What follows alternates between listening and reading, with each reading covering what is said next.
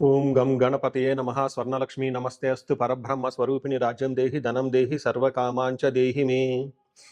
గణపతి మనందరికీ మంచి బుద్ధిని సిద్ధిని సక్సెస్ని ఇవ్వాలని చెప్పేసి కోరుకుంటూ, స్వర్ణలక్ష్మి అమ్మవారు మన అందరికీ చక్కగా బ్రహ్మ జ్ఞానాన్ని కలిగించాలని, తద్వారా మనం ప్రతిదాన్ని శోభాయమానంగా చూస్తూ ఎప్పుడు మనకి దుఃఖం అనేది లేకుండా ఉండాలని చెప్పేసి, ఎప్పుడు ఆనందభరితంగా ఉండాలని చెప్పేసి అమ్మవారిని కోరుకుంటూ, అమ్మవారిని అలానే మనందరికీ చక్కగా సమృద్ధిగా ధనాన్ని ఇవ్వాలని చెప్పేసి, భాగ్యాన్ని ఇవ్వాలని చెప్పేసి కోరుకుంటూ, అంతేకాకుండా మనందరికీ రాజ్యం ఖచ్చితంగా ఒక అథారిటీ, పవరు, స్టేటస్, ఒక దర్పం అవన్నీ మనకు అమ్మవారు ఇవ్వాలని చెప్పేసి కోరుకుంటూ, వీటితో పాటుగా సర్వకామార్థ సిద్ధి, మన మనసులో అనుకున్న ముఖ్యమైన కోరికలన్నీ చక్కగా నెరవేరాలని చెప్పేసి అమ్మవారిని మనం కోరుకుందాం.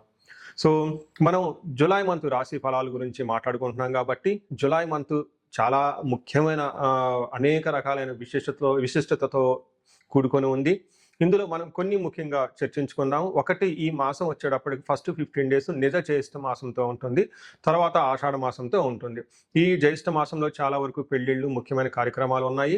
వీటితో పాటుగా ఎప్పుడైతే ఆషాఢ మాసం స్టార్ట్ అవుతుందో ఇందులో చాలా చాలా ముఖ్యమైన పనులైతే ఖచ్చితంగా ఉన్నాయండి. ఒకటి మనం చూసుకుంటే గురుమూఢం స్టార్ట్ అవుతుంది.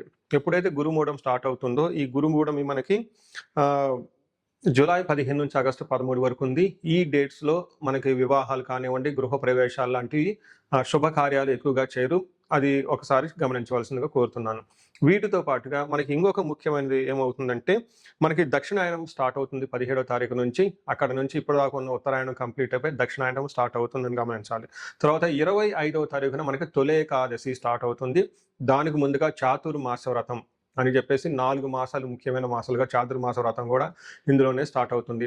ఇంకొకటి లాస్ట్ అండ్ ఫోర్మోస్ట్ ఇంపార్టెంట్, ఈ నెల 26వ తారీఖు నుంచి ఈ 14వ తారీఖు నుంచి 22వ తారీఖు వరకు మనకి చైత్ర మనకి ఆషాఢ నవరాత్రులు అని చెప్తారు. వీటిని ఏమంటారు? గుప్త నవరాత్రులు అంటారు, లేకుంటే వారాహి నవరాత్రులు అని చెప్పేసి చేస్తూ ఉంటారు. ఈ నవరాత్రులు కూడా ఎంతో విశిష్టత కలిగి ఉంది. పర్సనల్గా ఈ 9 రోజులు నేను కూడా చక్కగా సింపుల్గా చేస్తాను, పెద్ద పెద్ద హడావుడిగా చేయకుండా. ఇలా చేసుకునే వాళ్ళందరికీ ఎంతో బాగా ఉపయోగకరంగా ఉంటుంది. లాస్ట్లో ఈ మంత్ మనకి గురు పూర్ణిమతో ఈ మాసం అనేది పూర్తి అవుతుంది. ఇన్ని రకాల విశిష్టత కలిగిన ఈ మాసంలో జ్యోతిష శాస్త్రం ప్రకారంగా కూడాను 3 ముఖ్యమైన గ్రహాలు మారుతూ ఉన్నాయి అన్నమాట. ఆ గ్రహాలు మనం ఏంటో చూసుకుంటే, జూలైలో 4వ తారీఖు, 7వ తారీఖు, 16వ తారీఖు, 21వ తారీఖు, ఇలా జూన్ అంటే 3 గ్రహాలు మారుతున్నాయి. ఈ మారి గ్రహాలు శుక్రుడు, బుధుడు, సూర్యుడు గ్రహాలు కూడా ఉన్నాయి. 4వ తారీఖు వచ్చేటప్పటికి శుక్రుడు, బుధుడు వచ్చి 7వ తారీఖు, 16వ తారీఖు సూర్య భగవానుడు మారుతూ ఉన్నారనమాట. ఈ యొక్క 3 గ్రహాల యొక్క ప్రభావం మనకి జులై మంత్లో ఎలా ఉండబోతుందో మనం తెలుసుకుందాం. మనం మిథున రాశి జులై మంత్లో ఎలా ఉందో చూద్దాం. జులై 2026 సంవత్సరంలో మిథున రాశి పరిస్థితి చూస్తే, ఈ రాశి వాళ్ళకి ఒక సాధారణంగా ఉండేది, అలా పెద్ద ఇబ్బందులు ఉండవు, అలానే పెద్ద అవకాశాలు వచ్చి గ్రోత్ ఉండేది కూడా ఉండదని చెప్పుకోవచ్చు. కొంచెం నిదానంగా ఆలోచించి అన్ని పనులు చేసుకుంటే చాలా చక్కగా ఉంటుంది ఈ మాసం అంతా అని చెప్పుకోవచ్చు. ఇందులో ఉన్న నక్షత్రాలు చూస్తే మృగశిర 3, 4 పాదాలు, ఆరుద్ర 1, 2, 3, 4 పాదాలు, పునర్వసు 1, 2, 3 పాదాలంతా మనకి ఈ మిథున రాశిలో ఉంటారు. పేరు బలం బట్టి మనం చూసుకుంటే కా, కీ, కు, ఖం, జ్ఞ, కా, కే, కో, హ అన్న అక్షరాలు కూడా ఈ రాశిలో ఉంటారని గమనించాలి. మనం ముందుగా చెప్పుకున్న విధంగా గ్రహాలు ఏవైతే మారుతున్నాయో ఈ గ్రహాల ద్వారా మనకి లఘు గోచారము, సూక్ష్మ గోచారం ఒక కాన్సెప్ట్ ప్రకారం చూస్తే, చిన్న చిన్న మాటల్లో సంస్కృతంలో హోల్ మంత్ ఎలా ఉందో మనం చెప్పుకోవచ్చు. దాని ప్రకారం ఏంటంటే, ధనం వ్యాధ్యార్థి అర్ధక్షయం విభూధిం అని చెప్తారు. అంటే ధనం వచ్చే అవకాశం ఎక్కువగా ఉంటుంది, ధనం కోల్పోయే అవకాశం కూడా ఉంటుంది. అలానే వ్యాధ్యార్థి లైట్గా హెల్త్ కాంప్లికేషన్స్ ఉండే అవకాశం ఎక్కువగా ఉంటుంది. అర్ధక్షయం ధనాన్ని కోల్పోతూ ఉంటారు. విభూతి ఆల్రౌండ్ ప్రాస్పరిటీ ఉంటుంది. అంటే కొంచెం ఎక్కువగా కొంచెం అటు ఇటు ఉన్నా కానీ ఓవరాల్గా తటస్థంగా న్యూట్రల్గా ఉండే మాసం అని మీరు చెప్పుకోవచ్చు. అయితే మనకి ఒక్కొక్క గ్రహము ఇండివిజువల్గా ఎలాంటి రిజల్ట్ ఇస్తుంది, దాని యొక్క ప్రభావం ఏంటో మనం చూద్దాం. సూర్యుడు 2వ స్థానంలో ఉండటంతో ఇది అంత అనుకూలమైన పొజిషన్ కాదు అని గమనించాలి. మనకి సంస్కృతంలో పురాతన మనకి జ్యోతిష శాస్త్రాలు ఏ ప్రకారం రాస్తున్నారంటే, హీనత్వం దుష్ట సంసర్గో మనస్తాప శిరోగద నిష్ఫలం కృషి వాణిజ్యం విత్తరాశి గతో రవి అని చెప్తారు. అంటే 2వ స్థానంలో సూర్యుడు ఉండటం వల్ల ఏమవుతుంది, హీనత్వం అంటే వీళ్ళ స్టేటస్కి తగిన వాళ్ళతో కాకుండా తక్కువ ఉన్న క్యాడర్ వాళ్ళతో పని చేయాలి అని ఒక ఆలోచన వచ్చేస్తుంది. నీచ బుద్ధి కలిగి ఉంటారు. దుర్మార్గుల సహవాసం ఎక్కువగా ఉంటుంది. మనస్తాపానికి గురవుతూ ఉంటారు. అయ్యో ఇది నా స్టేటస్‌కి తగిన పని కాదు. నా కేడర్‌కి సంబంధించిన పని కాదు. ఎవరో చేయాల్సింది నేను చేస్తున్నాను. ఇలా ఫీల్ అయ్యే అవకాశం ఎక్కువగా ఉంటుంది. మనస్తాపానికి గురయ్యే అవకాశం ఉంటుంది. కృషి, వాణిజ్యం నిష్ఫలం. ఈ టైంలో వ్యవసాయం చేసినా, లేదంటే వ్యాపారం చేసినా అంతగా కలిసి రాదు అని మనకు చెప్తూ ఉంటారు. గొడవలయ్యే అవకాశం కూడా ఉంటుంది. అది మన సూర్యుడి వల్ల మనకి ఇలాంటి అనుకూలమైన, ప్రతికూలమైన పరిస్థితులు ఉండే అవకాశం ఎక్కువగా ఉంటుంది. నెక్స్ట్ బుధుడు వీళ్ళకి 2వ స్థానంలో ఉండటంతో అగైన్ ధననాశనం అని చెప్తూ ఉంటారు. వివాదో దుష్ట సంసర్గో అంటే దుష్టుల యొక్క సహవాసం పట్టి ధనాన్ని కోల్పోయే అవకాశం ఎక్కువ ఉందని గమనించుకోవాలి. నెక్స్ట్ 3వది మోస్ట్ ఇంపార్టెంట్, కుజుడు వీళ్ళకి 12వ స్థానంలో ఉండి మిక్స్డ్ రిజల్ట్ ఇస్తూ ఉంటారు. 12వ స్థానంలో ఎప్పుడైతే కుజుడు ఉంటారో గమనించాల్సింది ఏంటంటే హాస్పిటల్స్కి వెళ్ళే అవకాశం ఉంటుంది, లేదంటే ధనం విపరీతంగా ఖర్చు అయ్యే అవకాశం ఎక్కువగా ఉంటుంది. భూమికి సంబంధించిన వివాదాలలో పరిష్కారాలు చేసుకోవటంలో అంత అనుకూలంగా ఉండదని గమనించుకోవాలి.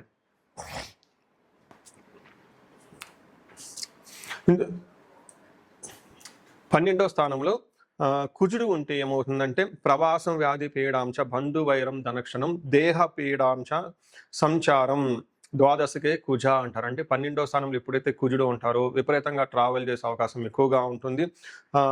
దూర ప్రయాణాలు చేసే అవకాశం ఎక్కువగా ఉంటుంది. ధనక్షయం జరుగుతూ ఉంటుందని చెప్తారు. అయితే వీళ్ళకి ధనం వచ్చే అవకాశం కూడా ఉంటుంది. ఇటు ధనం వస్తూనే ఉంటుంది, ఆ విధంగా ఛాలెంజెస్ కూడా ఉంటుంది. లాస్ట్ అండ్ మోస్ట్ ఇంపార్టెంట్, శుక్రుడు వీళ్ళకి 3వ స్థానంలో ఉండటం మంచి జరుగుతూ ఉంటుంది. ఇక్కడ కూడా మిక్స్డ్ రిజల్ట్ అని చెప్పుకోవాలి. ఒక రకంగా ఏం చెప్తారంటే వాణిజ్య ధననాశనం వ్యాపారం చేస్తే అందులో ధనం విషయంలో లాస్లు వస్తాయని చెప్పుకోవచ్చు. శత్రువృద్ధులు పెరుగుతూ ఉంటారు. గత జీవన రాహిత్యం అంటే ఇంత ముందులాగా లైఫ్ అనేది హ్యాపీగా లగ్జరీగా ఉండదు, ఇబ్బందులతో ఉంటుందని చెప్తూ ఉంటారు. బట్ ఒక రకంగా మళ్ళీ అగైన్ సేమ్ శుక్రుడు ప్లేజర్స్, లవ్, తర్వాత రొమాన్స్ ఇట్లాంటి విషయాలు బాగా సపోర్ట్ ఇస్తున్నారని గమనించాలి. సో ఏ ప్రకారంగా చూసుకున్నా ఈ రాశి వాళ్ళకి మిక్స్డ్గా ఉంటుంది. కొంచెం డిసిప్లైన్డ్గా ఉంటే ఇంటర్పర్సనల్ స్కిల్స్ చక్కగా మెయింటైన్ చేస్తే ఈ మాసం అంతా మీకు స్మూత్గా వెళ్ళిపోతుంది. ఎలాంటి ఒడిదుడుకులు మీరు పెద్ద ఫేస్ చేయని అవసరం లేదని గమనించాలి. అయితే నక్షత్రాల ప్రకారం చూసుకుంటే ఇందులో మృగశిర, ఆరుద్ర, పునర్వసు 3 నక్షత్రాలు ఉంటాయని మనం ముందుగానే చెప్పుకున్నాం. ఇందులో నక్షత్రం ప్రకారం చూసుకుంటే బాగుంది, చాలా వెరీ ఇంట్రెస్టింగ్గా ఉంది. ఈ మంత్ వీళ్ళకి రాశి ప్రకారం చూసుకుంటే అంత అనుకూలంగా లేకపోయినా నక్షత్రాల ప్రకారం చాలా చక్కగా ఉంది ఈ రాశి వాళ్ళకి. ఇందులో మృగశిర వాళ్ళకి ఐశ్వర్యవంతంగా ఉంటుంది, ధనలాభం ఉంటుంది, విదేశ గమనం అంటే ఫారిన్ వెళ్ళి వచ్చే అవకాశం కూడా ఎక్కువగా ఉంటుంది ఈ రాశి వాళ్ళకి. అయితే నెగిటివ్ సైడ్లో ఎలా ఉంటుందంటే భయము, మరణ తుల్యము అని చెప్తారు. అంటే అనుకున్న పనుల్లో ఎక్కడో ఆటంకాలు రావటం, తద్వారా మీరు కన్ఫ్యూజ్ అయ్యి భయపడే పరిస్థితులకు అందుకని మధ్యలో ఏం తినకూడదు. భయం కలిపే పరిస్థితులు ఎక్కువగా ఉంటాయని గమనించుకోవాలి. అలానే పునర్వసు నక్షత్రం వాళ్ళు చూసుకుంటే విదేశాగమనం, ఫారిన్ వెళ్ళే అవకాశం, ఫారిన్లో ఉన్న వాళ్ళ ద్వారా లాభం ఉంటుంది, సంపదలు బాగుంటాయి, ధనలాభం ఉంటుంది, మృష్టాన్నం బాగుంటారు, క్షేమంగా ఉంటారు, ఐశ్వర్యవంతంగా ఉంటారు. పునర్వసు వాళ్ళకి యాక్చువల్గా చెప్పాలంటే చాలా బాగుందని చెప్పుకోవచ్చు. సో ఈ ప్రకారంగా మీరు చూసుకుంటే ఈ రాశి వాళ్ళు అన్ని విధాలుగా బాగుంది కాబట్టి ముఖ్యంగా మృగశిర, ఆరుద్ర, పునర్వసు నక్షత్రం వాళ్ళు స్త్రీలతో జాగ్రత్తగా ఉండాలి. అంటే వీళ్ళు ప్రైమరీ ఎఫెక్ట్ కాదు కానివ్వండి, వీళ్ళకి తెలిసిన వాళ్ళు ఇంట్లో కానీ బయట కానీ ఎవరైనా లేడీస్ ఉంటే, ఇన్ కేసు లేడీస్ ఉంటే, జెంట్స్గా ఎవరైనా ఉంటే వాళ్ళకేదో ప్రాబ్లం వచ్చి తద్వారా మీకు ప్రాబ్లం అయ్యే అవకాశం ఎక్కువగా ఉంది. కాబట్టి ఇదంతా మీరు చక్కగా గమనించుకొని తగు పరిహారాలు చేసుకుంటే లైఫ్ అంతా 10 రెట్లు ముందుకెళ్ళే అవకాశం ఎక్కువగా ఉంటుంది. ఇందులో 3 నక్షత్రాలు ఉంటాయి. అశ్విని, భరణి, కృతిక 3 నక్షత్రాలు ఇందులో ఉంటాయి. అశ్విని నక్షత్రం వాళ్ళని గమనించుకుంటే మనకి వీళ్ళకి ఐశ్వర్యవంతంగా ఉంటుంది, జయప్రదంగా ఉంటుంది. అయితే 2 విషయాల్లో జాగ్రత్తగా ఉండాలి. ఒకటి కలహము, బంధనము అని చెప్తూ ఉంటారు. అంటే గొడవలు అయ్యే అవకాశం ఎక్కువగా ఉంటుంది, బంధించబడినట్లు ఉండే అవకాశం కూడా ఉంటుంది. ఇక్కడ బంధించబడటం అంటే ఫ్యూచర్ గురించి ఆలోచించటం, ఎటెళ్తే బాగుంటుంది, ఎటెళ్తే డైరెక్షన్ ఉంటుంది, ఏది చేస్తే బాగుంటుంది, ఎలాంటి అవకాశాలు ఉంటుంది, ఇండియాలో ఉంటే బాగుంటుందా, లేదంటే ఎవరైనా బిజినెస్ చేస్తుంటే ఈ టైంలో బిజినెస్ చేస్తే బాగుంటుందా, జాబ్ చేస్తే బాగుంటుందా, ఇలా ఆలోచించే అవకాశం ఎక్కువగా ఉంటుంది, కన్ఫ్యూజన్లో ఉండే అవకాశం ఎక్కువగా ఉంటుంది. ఇలాంటప్పుడు మీరు ఒకసారి జాతక చక్రం చూపించుకుంటే చాలా చక్కగా ఉంటుంది. అలానే భరణి నక్షత్రం వాళ్ళకి ఐశ్వర్యవంతంగా, జయప్రదంగా ఉంటుంది. వీళ్ళు కూడాను కలహము, బంధనము, మరణ తుల్యం అని చెప్తారు. అంటే ఏదో ఒక విషయంలో జరుగుతున్న పని ఆగిపోతుంది, తద్వారా మీకు గొడవలు అయ్యే అవకాశం ఉంటుంది, తర్వాత కన్ఫ్యూజన్లో ఉండే అవకాశం కూడా ఎక్కువ ఉంటుంది. మోస్ట్లీ నెక్స్ట్ కృతికా నక్షత్రం వాళ్ళకి ఐశ్వర్యప్రదంగా ఉంటుంది, ధనలాభం ఉంటుంది, జయప్రదంగా ఉంటుంది. వీళ్ళకి కూడాను మరణము, కలహము, భయము, మరణతుల్యం అంటారు. అంటే జరుగుతున్న పని ఎక్కడో ఆగిపోతుంది, ప్రోగ్రెస్ అనేది ఉండదని గమనించాలి. సో చూశారు కదండి ఈ 3 రాశుల వారికి ఎలా, సారీ 3 నక్షత్రాల వారికి ఎలా ఉందో. ఇందులోనూ అశ్విని నక్షత్రం వాడికి బుద్ధి నాశనం. అంటే అశ్విని నక్షత్రం వాళ్ళు రాంగ్ గైడెన్స్ తీసుకునే అవకాశం ఎక్కువగా ఉంటుంది, సరిగ్గా రాంగ్ ట్రాన్సాక్షన్ చేసే అవకాశం ఉంటుంది.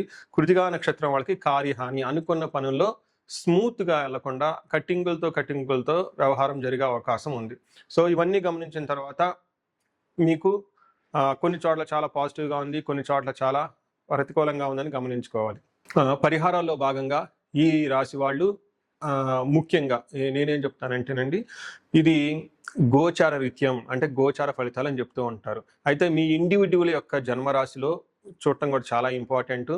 ఈ గోచార రీత్యాలతో పాటు మీకు ఇండివిడ్యువల్గా ఉన్న దశాభుక్తి ఏంటి, ఏమైనా శాపాలు ఉన్నాయి, ఏమైనా గ్రహ దోషాలు ఉన్నాయి, జ్యోతిష శాస్త్రంలో ప్రకారం ఎనాలిసిస్ చేసుకోవడం చాలా ఇంపార్టెంట్. ముఖ్యంగా ఎవరికైతే ఏజ్ 40 years +or-5 years ఉంటుంది, అంటే 35 to 45 years ఏజ్ ఉండి మధ్యలో మీకు ఎక్కడైనా కనుక కెరీర్లో గ్యాప్ వచ్చినా, లేదంటే అనుకున్న పనులు కాకపోతున్నా, మధ్యలో స్టాగ్నేటెడ్గా అనిపించినా, లేదంటే ఏదైనా ఒక గందరగోళమైన పరిస్థితి, కయోటిక్ పరిస్థితుల్లో మీరు ఇన్వాల్వ్ అయ్యారు, తెలవకుండా అవుట్ ఆఫ్ యువర్ కంట్రోల్ వెళ్తూ ఉంది అనుకుంటే ఖచ్చితంగా మీ జన్మ జాతకం చూపించుకోవడం చాలా చాలా ఇంపార్టెంట్. ఎందుకు అంటే మనకు మోడర్న్ సైకాలజీలో, మోడర్న్ సైన్స్లో ఇది మిడ్ లైఫ్ క్రైసిస్ అంటారు. కానీ జ్యోతిష శాస్త్రం దీనికి చాలా విధాలైన పరిష్కారాలను చూపిస్తుంది. ఈ టైంలో 2 ముఖ్యమైన విషయాలు జరుగుతూ ఉంటుంది. అలా మీ గ్రోత్ కనుక ఆగిపోయి ఉంటే, ఫస్ట్ మీకేమైనా శాపాలు ఉన్నాయా, ఆ శాపాలు ఈ టైంలో యాక్టివేట్ అయ్యా అని చూసుకోవాలి. రెండోది, ఈ టైంలో మీకు నడుస్తున్న దశాభుక్తుల యొక్క గ్రహాల యొక్క ఏమైనా దోషాలు ఉన్నాయా, ఈ 2 కారణాలు ఏంటో తెలుసుకొని వాటికి సంబంధించిన విశ్లేషణ చేసుకొని చక్కటి పరిష్కారాలు చేసుకొని పరిహారాలు చేసుకుంటే లైఫ్ 10 అంతలు ముందుకెళ్ళే అవకాశం ఎక్కువగా ఉంటుంది. నా దగ్గరకు వచ్చే క్లయింట్స్లో ఎక్కువగా ధనానికి ఇబ్బంది పడుతున్న వాళ్ళు స్వర్ణలక్ష్మి విశేష హోమం చేయించుకుంటూ ఉంటారు. శత్రు బాధలు విపరీతంగా ఉన్నవాళ్ళు మనకు వచ్చేటప్పుడు చండీ హోమం చేయించుకుంటూ ఉంటారు. వీటితో పాటుగా ఎవరికైనా హెల్త్ బాగలేకపోతుందంటే ఆయుష సూక్తం, మహామృత్యుంజయ హోమం చేయించుకుంటూ ఉంటారు. భార్యాభర్తల కోసం అన్యోన్య దాంపత్య పాశుపత అభిషేకము లేదా విశ్వావసు గంధర్వరాజ హోమము, ఇవన్నీ చక్కగా చేయించుకుంటూ ఉంటారు. ఎలాంటి పరిస్థితులు మీకున్నా, ఎలాంటి సమస్యలు మీకున్నా, లేదంటే ఎలాంటి క్లారిఫికేషన్ మీకు కావాలనుకున్నా కానీ, ఫ్యూచర్ గురించి ప్లాన్స్లో కన్ఫ్యూజన్ ఉన్నా కానీ, ఒక్కసారి మీ జన్మ జాతకం చూపించుకొని ఆ జాతకంలో ఏ ప్రకారంగా ఉందని తెలుసుకొని చక్కటి పరిష్కారాలు చేసుకుంటే లైఫ్ అనేది 10 అంతలు ముందుకెళ్ళే అవకాశం ఉంటుంది. మీ అందరికీ అష్టైశ్వర్యాలు కలగాలని, భోగభాగ్యాలు కలగాలని చెప్పేసి నేను కోరుకుంటున్నాను. నమస్తే.